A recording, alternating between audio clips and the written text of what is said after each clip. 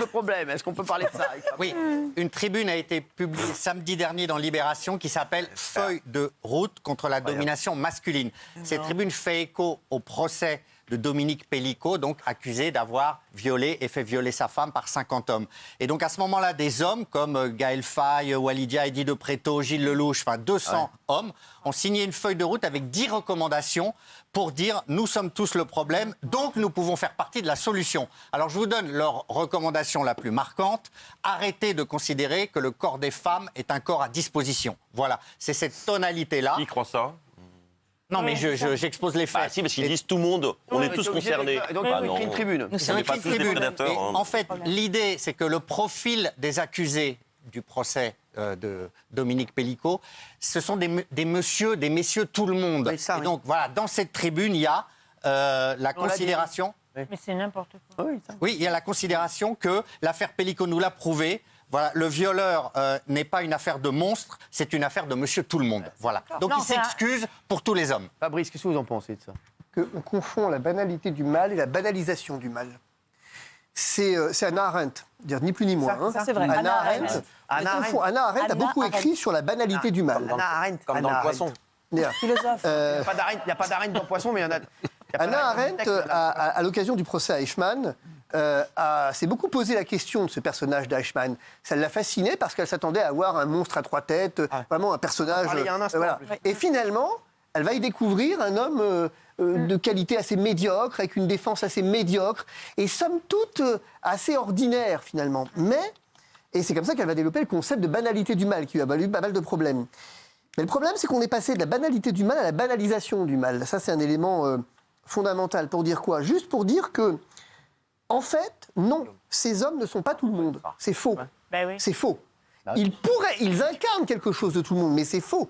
Et il y a un élément tout à fait fondamental, c'est qu'à dire ça, on est en train de les déculpabiliser progressivement, Ah oui. et en disant finalement que la singularité du mal, au fond, n'existe pas, et que chacun est potentiellement, ici un violeur, là un nazi. C'est le problème de est-ce que tous les Allemands étaient des nazis? C'est toujours le même problème. Et attention à un point, c'est que je trouve que notre société, elle est malade de ça.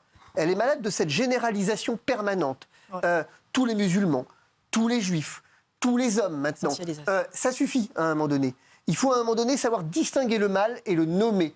Et c'est pas en l'indifférenciant comme on le fait qu'on va le faire exister. Au contraire, on va le diluer, ce mal. Et ça, je trouve que c'est très très grave. Faire très attention à ça. Et enfin, dernier point quand même, c'est qu'il y a un truc, c'est que moi j'ai donné une série de conférences l'année dernière sur le mal est-il juste la privation du bien? En philosophie morale, c'est une grande question. Est-ce que le mal, c'est uniquement la privation du bien ou est-ce qu'il existe par lui-même? Eh bien, on découvre dans ce procès que le mal existe. On savait déjà, Voilà. mais il est bon de le redécouvrir. Le mal existe.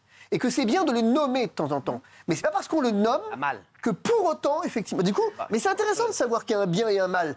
Parce que finalement, depuis au moins Sartre, on n'était pas aussi convaincus. Hein. C'était pas aussi clair que ça, puis le relativisme et le nominalisme de Sartre. Le fait est que aujourd'hui, on a un problème avec le mal. Et il faut savoir le nommer. La mal. Oui, ce qu'ils ont fait, ce qui s'est passé est mal, mais non, tous les hommes ne sont pas des violeurs. Et dire ça, c'est au contraire, effectivement, banaliser le mal. C'est ça le risque. En d'autres termes, cette tribune est grotesque. Voilà. Ah oui. Non, parce que le choc est venu, en fait, c'est quand on a appris qu'il y avait un gendarme, un pompier. Mais n'importe il y avait- quoi. Et alors Pourquoi? Non, je dis que le choc est venu de là. Mais le choc. D'où cette Non, mais remise le en choc question. de C'est quoi? grotesque, elle a raison. Le choc de quoi?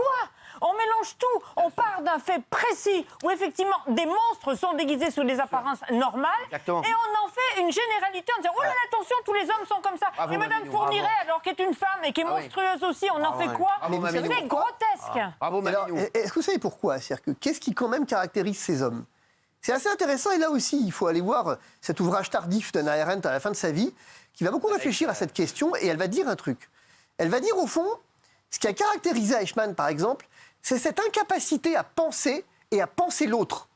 J'aime beaucoup cette idée de penser l'autre, en fait. Cette incapacité à un moment dans laquelle on se trouve à penser l'autre. Et donc, il propose des solutions. Moi, j'en ai une de solution. C'est quoi? Il y en a une qui existe, solution. C'est quoi? Apprenez aux gens à penser et à réfléchir. Apprenez à mettre en mouvement la raison pour pas ici se laisser dominer par le commandement de la loi. Là, pour dire j'ai obéi. Non, Là, le commandement de genre l'émotion. réfléchir.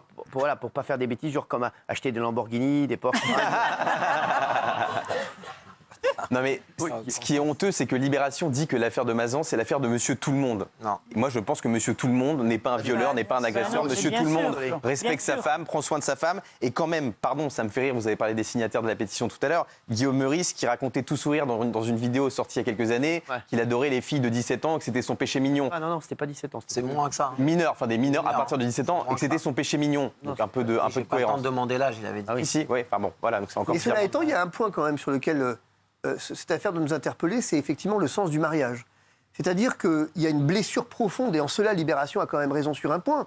Il pourrait dire tous les époux, c'est pas tout à fait vrai quand même, mais on doit effectivement s'interroger collectivement sur le mariage et sur la protection que confère le mariage. Moi, je suis marié depuis 25 ans pour le coup, et je trouve que ce procès est vraiment la quintessence de l'horreur pour ça. Amoureux. Parce que, évidemment, parce que la quintessence de l'horreur, c'est quand même qu'une femme, ou un homme en l'occurrence, mais une femme, alors que le foyer, c'est le lieu de protection par excellence. C'est le lieu où, quand on ferme les portes, eh ben la violence du monde, elle est c'est aux ça. portes du foyer. Elle s'arrête aux mais portes c'est du foyer, intéressant, la ce violence que du monde.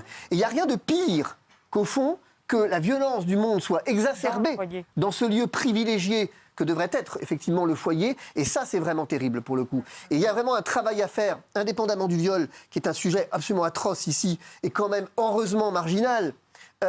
Eh bien, il y a quand même un travail à faire sur cette notion de couple et cette notion d'amour qui dure et cette notion de respect de l'autre. Et je crois que, enfin voilà, c'est un truc qui moi m'est cher parce que je suis marié au grand amour de ma vie depuis 25 ans et qu'il n'y a rien qui me coûterait plus, qui me attristerait plus que cette idée de pouvoir se dire qu'elle est en danger d'une manière ou d'une autre lorsque effectivement les portes de la maison se referment le soir.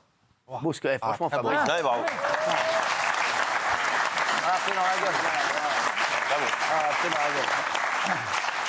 J'ai pas tout Et compris, alors, là, mais... je peux vous dire, là, il m'a hérissé les. Là, j'ai ouais. des poils, là, je peux te dire, là, ah, mais Ça, les c'est- portes c'est Passer le comme ça, là. bac philo, là. Ah, là, je suis comme ça, là. Ah, Ah ouais, en touffe. Ah, je suis en toutouffe, là. Ah, là, ta touffe m'étouffe. Jean-Michel, est-ce que vous avez un truc Non, à mais dire? j'ai pas tout compris, mais j'étais d'accord sur tout ce que je comprenais, en tout cas. Je trouve ça super intéressant. Pareil, Gilles Verdet. Non, mais moi, j'étais pas d'accord avec lui, il m'a convaincu. Ah, voilà. Je le dis humblement, sur les dangers de la généralisation. Donc j'ai trouvé ça hyper Qu'est-ce que t'as pensé de ton pertinent. pote? Fabrice, c'est mon ami, moi je suis. Non, mais franchement. Et comment ça Non mais se je suis fait d'accord que avec ce t'es qu'il dit. pas d'accord Oh. Ses analyses sont très pertinentes et je suis le premier à le reconnaître. Ah oui. Géraldine, tiens, j'aimerais voir la vie de Géraldine. Non, sur moi, cette je tribune. suis, Cette tribune. je suis vraiment d'accord avec ce que vous avez dit. Et puis, de toute façon, ces tribunes, ces pétitions systématiques, jour, après des attentats, contre la guerre, contre chaque drame, en fait. Et puis, l'essentialisation des hommes. Enfin, franchement, on ne va pas s'en sortir comme ça, en fait. Et de toute façon, on voit que plus on essaie d'essentialiser les hommes et de séparer les hommes et les femmes, Ah, c'est moins on pire. s'en sort, Oui, en ça fait. marche. Ouais. Donc, Bravo. moi, ça marche. Et que les voilà. femmes ne sont pas les petites natures qui ont Et- besoin d'être défendues par les hommes. Elles se défendent souvent très bien toutes seules. Non, mais quand même. C'est-à-dire que je pense qu'il importe quand même, sans nier l'égalité, la nécessaire égale dignité, il importe effectivement, et c'est vrai dans les deux sens, de se dire que cette complémentarité qui existe entre l'homme et la femme, elle doit quand même trouver à se sublimer dans ce lieu qui est le lieu conjugal, en fait. Et que ce qui se passe dans ce procès est quand même... Il faut que ça nous touche en se disant effectivement que c'est quand même l'horreur absolue. Et être capable de nommer ce mal, ne pas entrer dans une banalisation du mal. Oui, par mais contre- Maître Division, C'est bon, malgré merci, tout, non merci. mais juste, il y a quand même une femme tous les 2 jours et demi qui meurt sous les Bien coups de son sûr, compagnon. bien Tout sûr. ça, il faut jamais l'oublier. Merci Fabrice Division, merci.